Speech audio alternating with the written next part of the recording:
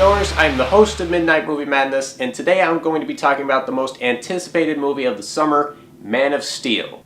But before I say anything positive or negative about the new film, let's take a look back on the history of the Superman franchise.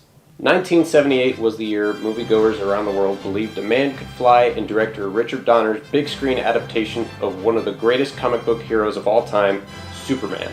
For most casual fans, it perfectly told the origin story we're all familiar with. An alien child is sent away from a dying planet to live among the human race, and it is there the child grows up to become an unstoppable force for good who fought for truth, justice, and the American way. While the effects may look cheesy now, they were pretty groundbreaking at the time. But the main things that truly stand out are two things. One, the unbelievably epic score by John Williams, and two, the fantastic performance by the late Christopher Reeve. The movie went on to become a huge success and paved the way for many future comic book blockbusters like Batman, Spider-Man, The Dark Knight, and The Avengers.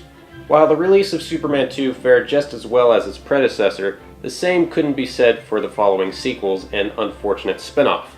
There were many attempts to resuscitate the franchise. At one point, Tim Burton was set to direct and Nicolas Cage cast as the lead role, which would have been one hell of a weird-ass movie if you ask me. The hiatus lasted for nearly 2 decades, until X-Men director Bryan Singer was given free rein by Warner Brothers to bring back the last son of Krypton with 2006's Superman Returns. Unfortunately, most audiences didn't connect at all with the film, some stating it as a 2.5-hour long bore fest, at least that's what I thought of it, and thus the Superman franchise was left on yet another hiatus, but luckily not for too long.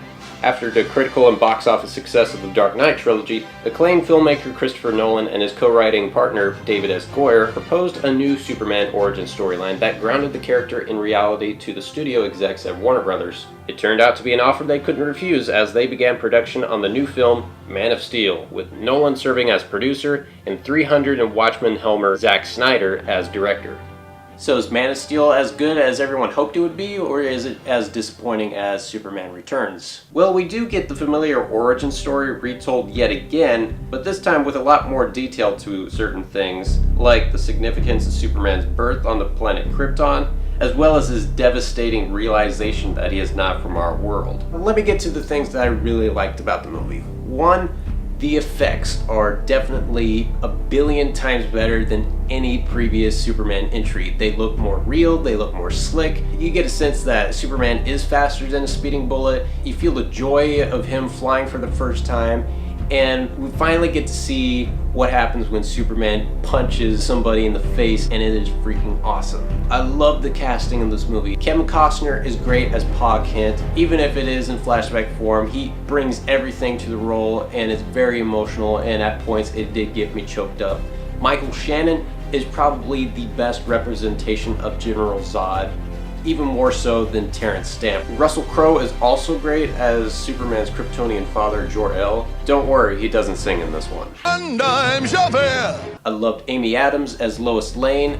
I thought her character was better written and better acted than any previous characterizations. And that leaves me with Henry Cavill as the Man of Steel himself, who overall did a very good job of playing the role in a very humble and heroic way. Despite the movie being 2 hours and 20 minutes long, the movie felt a little too rushed and needed to take its time for Superman to live on Earth. Instead, it's all flashbacks, and we barely get a sense that we know who Superman is. During the last half of the movie is just one big epic brawl between Superman and General Zod and his minions. It is awesome to see. However, there is that moment that clicks in your head that says, dude, how many people died during this entire fight? I mean, Superman wouldn't just be so careless to not think about the people around him, you know? So yeah, despite my complaints, I thought this was a really fun summer movie, just not the great one that I'd hoped it would be. So on a scale of 1 to 10, I'm gonna give Man of Steel a very solid 8. So that concludes our show. I'm the host, and I will see you next time on another Midnight Movie Madness. Superman, Superman.